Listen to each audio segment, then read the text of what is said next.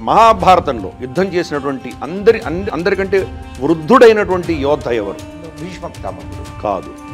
ఆ, అందరు ఇక్కడ పొరపాటు పడతారు. భీష్ముడి పెదనాన్ని యుద్ధం చేశారు. శాంతనుడికి అన్న. ఆహాహాహా. భీష్ముడి తండ్రి శాంతనుడు. శాంతనుడికి అన్న. ఆయన యుద్ధం చేశారు. ఆయన ఎవరు? ఆయన పేరు బాహ్లికుడు. బాహ్లీకుడు.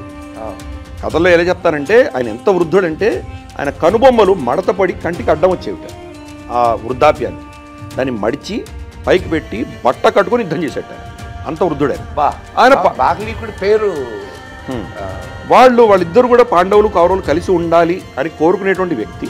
కానీ యుద్ధంలో ఎవరి పక్షాన యుద్ధం చేయాలి కాబట్టి భీష్ముడి పక్షాన యుద్ధం చేశాడు బాహ్లికుడు.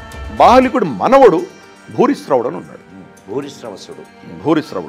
భూరిశ్రవుడికి సాత్యకి కుటుంబానికి వైరం ఉన్నది.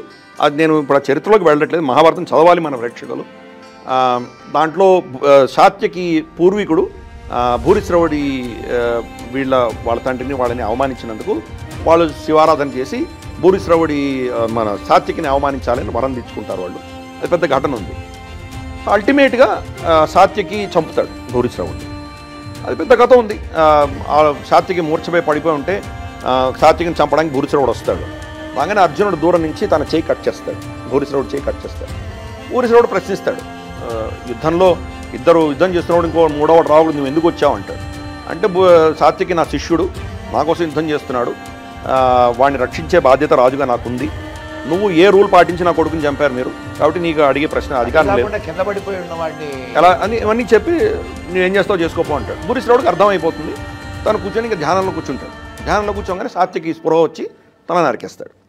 ఇది కథ.